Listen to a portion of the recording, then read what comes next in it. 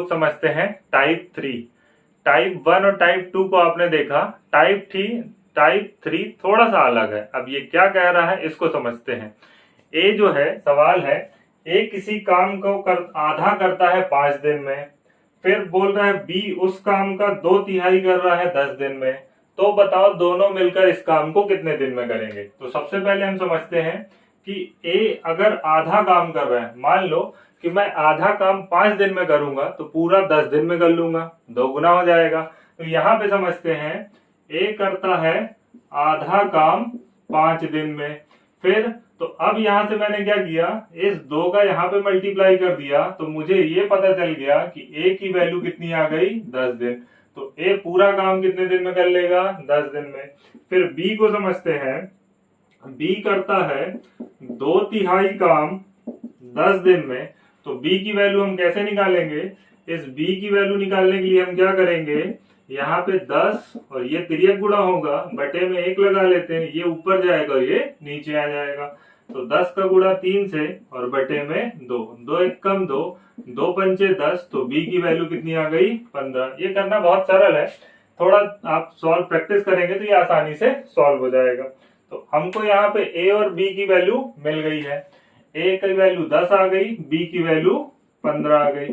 अब ये हमारा टाइप 1 का सवाल बन गया। टाइप 1 कहता है ए किसी काम को 10 दिन में, बी 15 दिन में, दोनों मिलकर कितने दिन में। तो सबसे पहले हमने 10 और 15 का एलसीएम लिया, 5 से 5 दूनी 5 तिहाई, 5 दूनी 10, 10 तिहाई 30। तो कुल काम हमारे पास कितना हो गया 3। अब हमको एक दिन में काम निकालना है, 30 बटे 10, एक दिन में 3 काम करेगा। बी का निकालना है 30 बटे 15, बी एक दिन में कितना काम करेगा 2।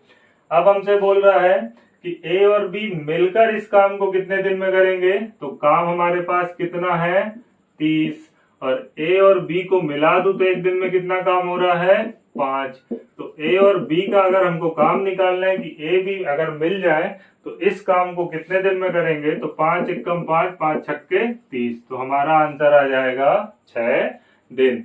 तो ए और बी मिलकर इस काम को कितने दिन में करेंगे 6 दिन। बस इसमें समझने लायक बस एक ही चीज है, ए करता है आधा 5 दिन में, बी करता है 2/3 10 दिन में। तो एक क्रॉस मल्टीप्लाई कर देंगे तो ए और बी की वैल्यू आ जाएगी, इसकी वैल्यू हम पुट करेंगे तो हमारा आंसर आ जाएगा। ठीक है, ये टाइप 1 हो गया। टाइप 1 अभी मैंने आपको बता चुका हूं। ठीक है, इसका अगला सवाल देखते हैं। अगला सवाल कह रहा है ए किसी काम का 2/3 करता है 8 दिन में। तो ए करता है 2/3 काम 8 दिन में। फिर कह रहा है बी करता है 1/4 काम 5 दिन में, सी करता है 3/4 काम 9 दिन में। तो अब हमने क्या किया, ये क्रॉस मल्टीप्लाई कर दिया, 2 1 कम 2, 2 चौके 8। तो इस 3 का गुणा इस 4 से हो जाएगा। तो ए की वैल्यू कितनी मिल गई 4 तिहाई 12। 4 का गुणा 5 से तो 4 पंचे 20, 3 1 कम 3, 3 त्रिकाई 9, तो 4 तिहाई 12। सी की वैल्यू कितनी मिल गई 12। अब हमको क्या करना है, कुल काम निकालना है। टाइप 1 का सवाल बन गया है। 12, 20 और 12, इसका एलसीएम लेंगे, 4 से ले लेते हैं, 4 तिहाई 12, 4 पंचे 20, 4 तिहाई 12। बस एक लाइन का एलसीएम था, 4 तिहाई 12, 12 पंचे 60। नहीं समझ में आता, एक लाइन आप और ले लो।